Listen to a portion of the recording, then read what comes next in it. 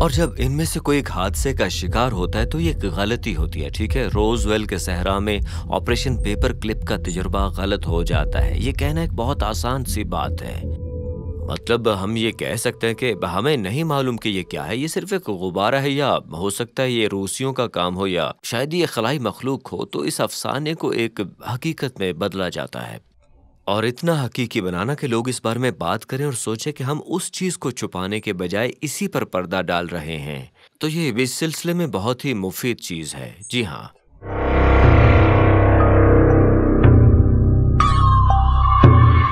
اگر آپ you F Os کے بارے میں پڑھنے میں کوئی سنجیدہ وقت صرف کرتے ہیں تو آپ کو جن چیزوں کا سامنا کرنا پڑتا ہے، ان میں سے ایک چیز یوفولوجسٹ کانٹیکٹی موومنٹ یا کانٹیکٹی لٹریچر ہے۔ یہ لوگوں کی کہانیاں ہیں جب وہ دعویٰ کرتے ہیں کہ انہیں خلائی مخلوق نے اغوا کیا تھا، یا وہ دعویٰ کرتے ہیں کہ وہ ملے تھے خلائی مخلوق سے۔ اور ایک مفکر اور کتاب مقدس کے اسکالر کی حیثیت سے دلچسپ چیز وہ پیغام رسانی ہے۔ اس شعبے میں بہت سے لوگ ہیں جو اس کی وجہ انسانی وجوہات اور برین واشنگ کو قرار دیتے ہیں۔ لوگوں کو مختلف طریقوں اور مختلف وجوہات کی بنا پر بدسلوکی کا نشانہ بنایا گیا اور اسکرین والی یادیں دکھائی گئیں تاکہ اس جگہ کو یاد رکھا جائے۔ اور یہ ایک بہت ہی وسیع اور عجیب میدان ہے۔ اس کی جڑیں کچھ بہت ہی مخفی موضوعات میں گہری ہیں جو ایسا لگتا ہے کہ وہ حقیقی نہیں ہو سکتے، جیسے دماغی کنٹرول، ایم کے الٹرا۔ میرے لیے یہ کوئی اتفاق نہیں ہے کہ وہی لوگ جو 70 کی دہائی میں ایم کے الٹرا پر کانگریس کی سماعت میں کاغذی کارروائی میں ہیں، ان کے نام خلائی مخلوق کے اغوا کی کہانیوں میں ظاہر ہوتے ہیں۔ یہ ایک ایسا پروگرام تھا جو سی آئی اے اور کچھ دیگر سرکاری ایجنسیوں کی کوششوں سے مختلف مقاصد کے لیے منشیات تیار کرنے کی کوششوں سے تیار ہوا تھا۔ یہ واقعہ ایک سچ کی تلاش میں شروع ہوا، اس پر یقین کریں یا نہ کریں۔ 50 کی دہائی میں بہت کوشش کی گئی تھی اس کے لیے، کیا ہم ایسی دوا لا سکتے ہیں جو لوگوں کو سچ بولنے پر مجبور کرے؟ اگر ہم ایسا کر سکتے ہیں تو ہم اسے استعمال کر سکتے ہیں۔ ہم اس دوا کو لیں اور اپنے لوگوں پر تجربات کریں تاکہ وہ اگر کبھی پکڑے جائیں تو ان میں اس کے خلاف مزاحمت پیدا ہو سکے۔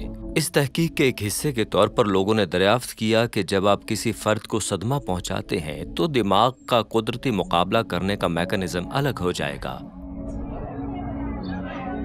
اب ہم سب اپنی زندگیوں میں بہت معمولی طریقوں سے علیحدگی کا تجربہ کرتے ہیں۔ آپ سڑک پر گاڑی چلا رہے ہیں، یہ کافی طویل سفر ہے، آپ اپنی منزل تک پہنچ جاتے ہیں اور آپ وہاں پر آپ کا ذہن کہیں اور ہے۔ لہٰذا اس پروگرام میں لوگوں نے دریافت کیا کہ آپ جان بوجھ کر لوگوں کے ساتھ ایسا کر سکتے ہیں اور ان کے ذہن کا ایک حصہ لازمی طور پر تقسیم ہو رہا ہے، اور پھر یہ پروگرامنگ کے لیے تیار تھا۔ آپ اسے ہدایات دے سکتے ہیں۔ اسے ملٹیپل پرسنالٹی ڈس آرڈر کہا جاتا تھا۔ یہ یا تو کسی لیبارٹری میں جان بوجھ کر کیا جا سکتا ہے، یا دماغ ایسا کرتا ہے جب کسی شخص کے ساتھ رسمی بدسلوکی کی جائے یا بار بار بدسلوکی کی جائے، اس طرح کے مختلف سیاق و سباق۔ حکومت نے اس تحقیق کے شعبے کو تلاش کرنے کا فیصلہ کیا اور ایسا کرنے والے پروگراموں میں سے ایک ایم کے الٹرا کے نام سے جانا جاتا ہے۔ اگر آپ نے کبھی میل گبسن کی فلم کنسپریسی تھیوری دیکھی ہو، وہ فلم میں ایم کے الٹرا کے شکار ہوتے ہیں۔ یہ بہت ہی شاندار فلم ہے۔ یہ کلاسک ایم کے الٹرا دماغ کی ہیرا پھیری، دماغ کی تبدیلی اور پروگرامنگ ہے۔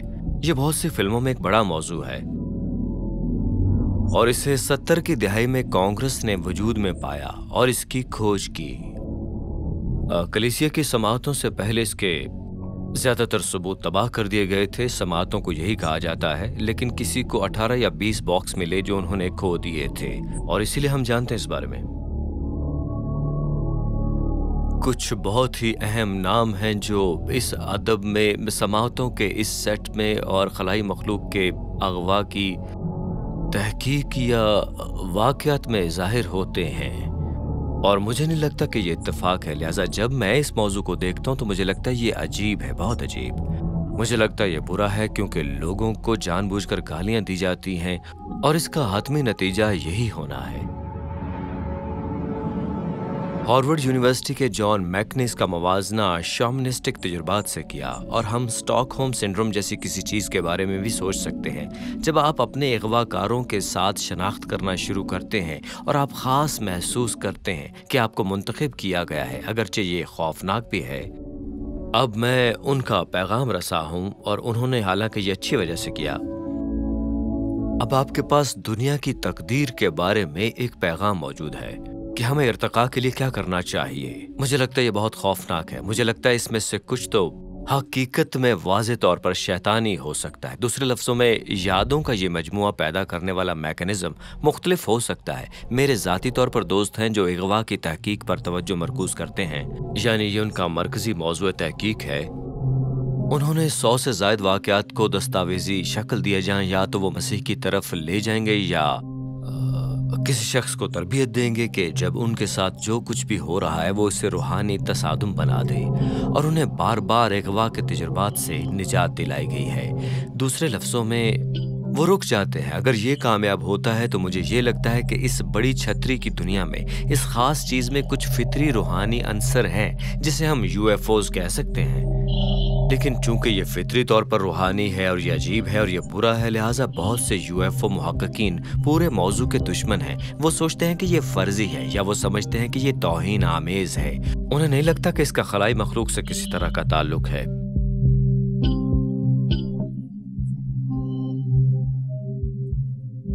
میرے خیال میں اگر یہ پیغام رسانی کا مواد ہے تو یہ ایک بار پھر مسیحی مخالف یا مسیحی الہیات کی تخریب کاری میں اس قدر متحرک ہے کہ یہ میرے لیے دھوکہ دہی کے طور پر سوچنا بہت آسان ہے۔